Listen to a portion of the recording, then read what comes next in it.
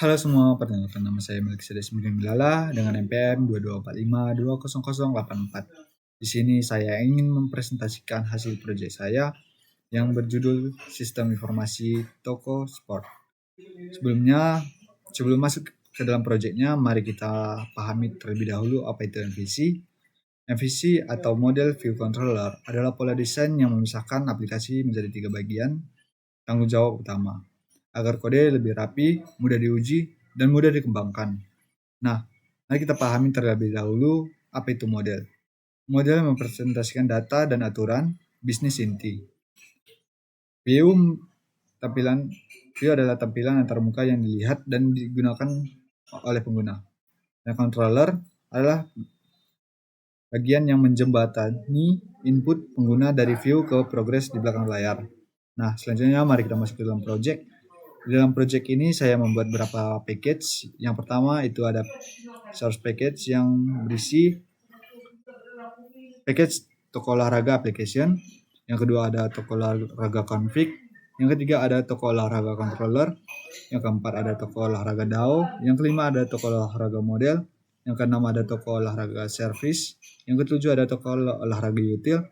Dan ada folder khusus untuk FXML, CSS, dan report yang berisi package toko olahraga CSS, toko olahraga report, dan toko olahraga view. Nah, mari kita bahas untuk aplikasi yang telah saya buat. Di sini kita masuk ke dalam aplikasinya. Di sini saya akan login terlebih dahulu sebagai admin untuk menampilkan seluruh sistem yang bisa diakses.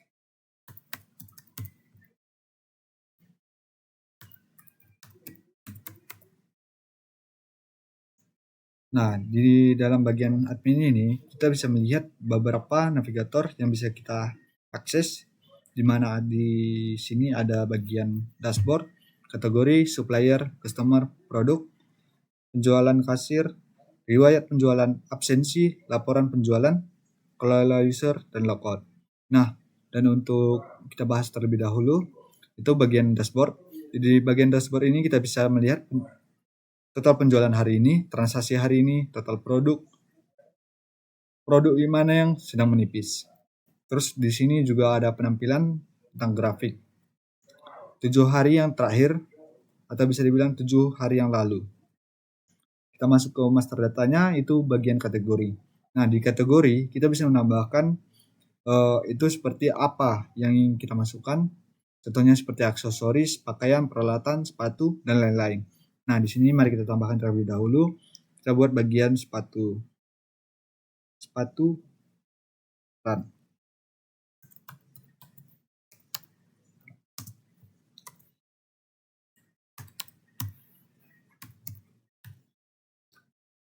Keterangan di sini kita buat sepatu olahraga.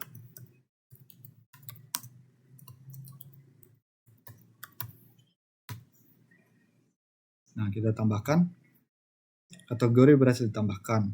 Nah, di sini coba kita ubah terlebih dahulu menjadi sepatu olahraga khusus.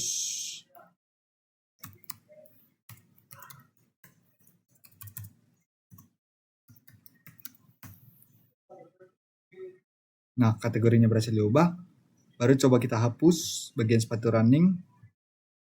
Nah, di sini akan menampilkan atau kita akan mendapatkan peringatan bahwa semua produk dalam kategori ini bisa dihapus, detail penjualannya akan terhapus permanen juga. Akses ini juga tidak dapat dibatalkan jika sudah terhapus. Nah, kategori berhasil dihapus. Selanjutnya mari kita masuk ke dalam supplier. Nah, di supplier ini kita masuk ke dalam supplier ini kita bisa menambahkan seperti PT-PT apa yang ingin mensuplai barang ke dalam toko kita. Nah, sini kita coba masukkan nama supplier baru.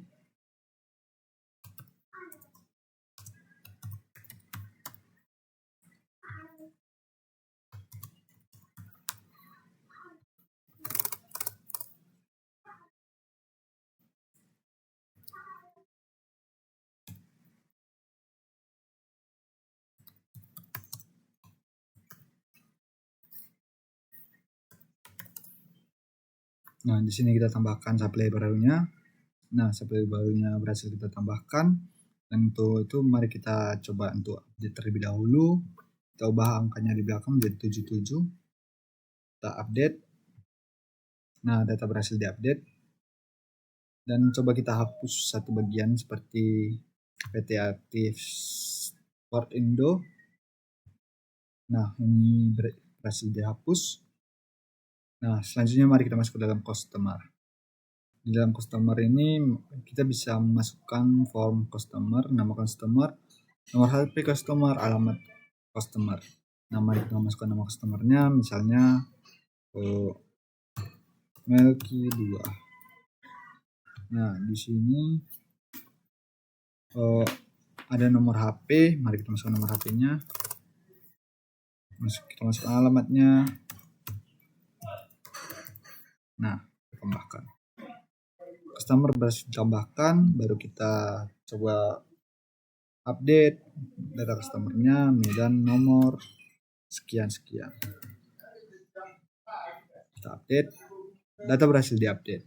Setelah itu mari kita hapus datanya. Mari kita reset terlebih dahulu, pilih lagi datanya, baru kita hapus datanya. Data berhasil dihapus. Selanjutnya mari kita masuk ke dalam bagian produk. Nah, di bagian produk ini misalnya kita bisa menambahkan barang-barang yang ingin kita jual di dalam toko kita. Nah, di sini kita masukkan kode toko produknya, contohnya seperti jam sport. Kode produknya JM 001, masukkan nama produknya, contohnya seperti jam Garmin ya.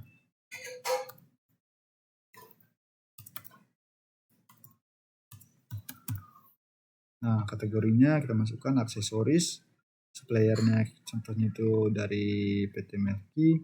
Harga belinya kita buat sekitar 1.500.000. Harga jualnya kita masukkan 1.700.000. Nah, stoknya kita masukkan di sini sekitar 10 saja. Dan satuannya kita masukkan sebagai PCS. Nah, data berhasil ditambahkan. Nah, coba kita ubah salah satu data seperti tas olahraga medium, kita ubah namanya. Nah, kita update, data berhasil diupdate. Selanjutnya mari kita coba hapus mari kita reset terlebih dahulu untuk memastikan tombol resetnya aktif. Lalu mari kita memastikan data hapus misalnya dihapus. Nah, selanjutnya mari kita masuk ke dalam bagian transaksi, di mana di sini kita masuk dalam tampilan transaksi penjualan. Kita pilih produknya, kita pilih jumlahnya, kita tambahkan ke keranjang. Nah, di sini ada subtotal. Di sini ya, di tabel ini menampilkan harga-harga satuan, harga jumlah, subtotal, dan nama produk. Di sini kita bisa mendapatkan barang lain juga seperti sepatu lari sprint. Kita bikin jumlahnya, kita tambahkan keranjang juga. Nah, di sini ada total belanja yang kita beli, dan kita di sini di jumlah bayar ini kita masukkan itu uang yang kita terima dari sang pembeli. Contohnya 6 juta. Nah, kita bayar. Di sini juga menampilkan kembaliannya, berapa kembalian yang kita dapatkan. Nah, selanjutnya kita ke riwayat penjualan. Di riwayat penjualan kita bisa melihat riwayat transaksi yang telah kita lakukan sebelumnya. Nah, di sini contohnya kita cari riwayat transaksi yang sebelumnya kita lakukan itu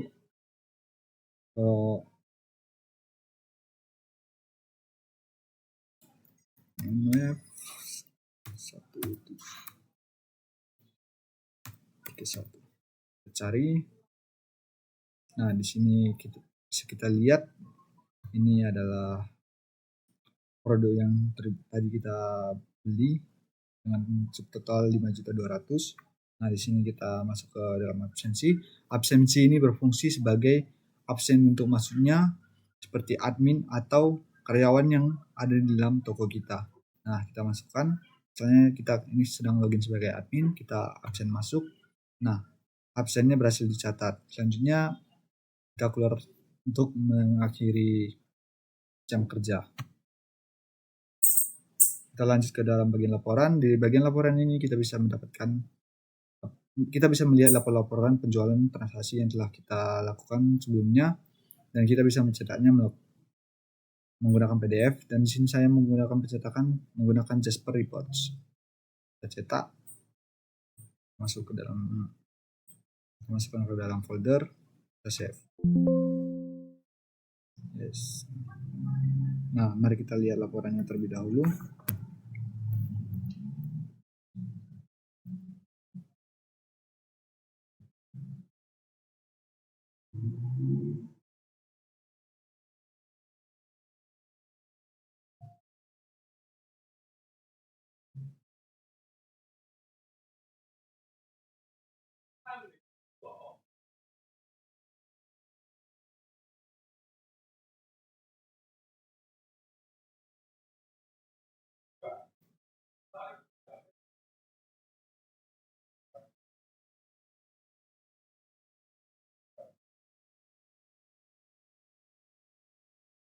Ini adalah laporan yang sebelumnya telah kita buat.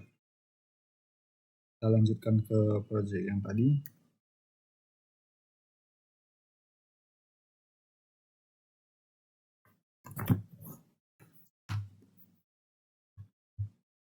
Nah, di sini kita masuk ke kelola user. Di sini kita bisa membuat user baru. Bisa kita masukkan untuk user admin atau karyawan. Nah, di sini kita masuk ke role karyawan terlebih dahulu untuk menambahkan karyawannya. Sebelumnya di sini sudah ada data karyawan. Untuk memastikan aktif data tombol-tombolnya aktif, kita coba untuk menaktifkan satu karyawan atau mengubah namanya terlebih dahulu. Seperti ini, karyawan kita ubah username-nya menjadi 10. Di sini kalau passwordnya tidak mau diubah, kita kosongkan saja. Kita ubah nomor HP-nya menjadi 3. Nah, kita ubah status aktifnya menjadi non-aktif, kita update. Oke, data berhasil di-update dan usernya juga terubah di database-nya. Di sini kita coba hapus satu bagian. Kita hapus. Nah, di sini akan kita hapus. User berhasil dihapus. Nah, sebelum kita login lagi sebagai karyawan, kita tambahkan karyawan baru terlebih dahulu. Nama,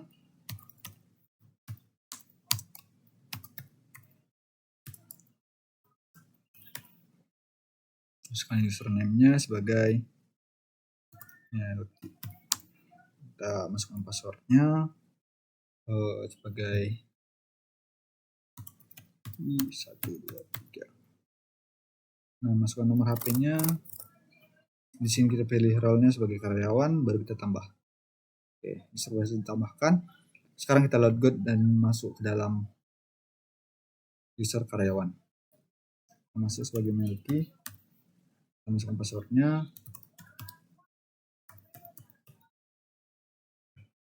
Nah, di bagian karyawan hanya terdapat navbar seperti dashboard, customer, produk, penjualan, riwayat penjualan, absensi, dan laporan penjualan.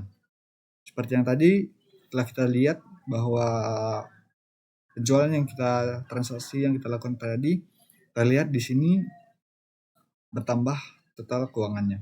Transaksinya bertambah, total produk, dan total stok menipis masih menetap. Nah, masuk ke data ini tadi, ini data yang kita lihat tadi bisa kita ubah melalui karyawan, tambahkan nomornya,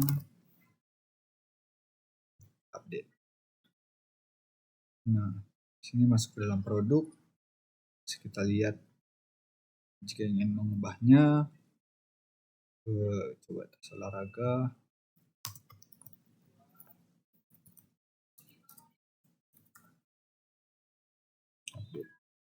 Oke. Di sini mari kita lihat masuk ke transaksi.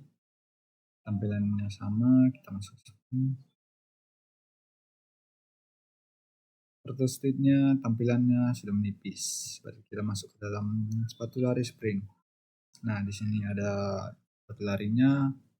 Kita tambahkan. Lalu di sini kita masuk ke tas olahraga sport, kita tambahkan. Di sini ada entry customernya, kita pilih Melki, kita masukkan juga bayar 7.500.000. Nah, bayar dan simpan. Selanjutnya kita masuk ke dalam riwayat penjualan.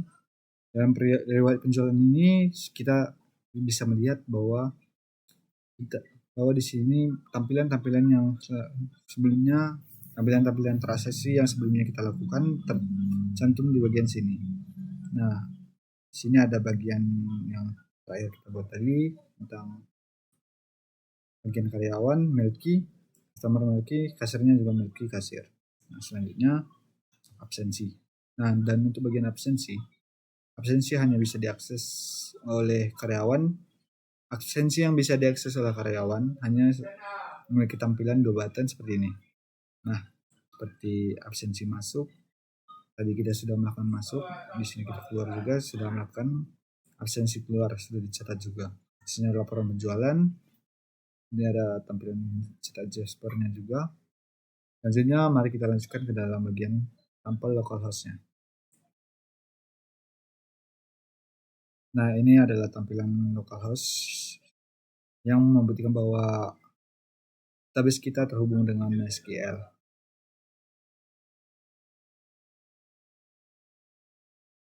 Kita masuk ke dalam database-nya. Di dalam database ini ada sekitar 8 tabel. Nah, di dalam 8 tabel ini ada user, supplier, produk, penjualan, kategori, detail penjualan, customer, absensi. Nah, kita lanjutkan. Di sini kita bisa lihat relasi-relasi yang apa aja yang ada di dalam tabel ini. Nah, seperti relasi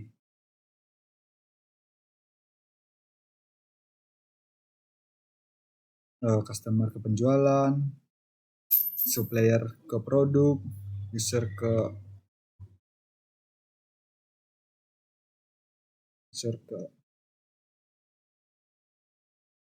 ke absensi dan lain-lainnya.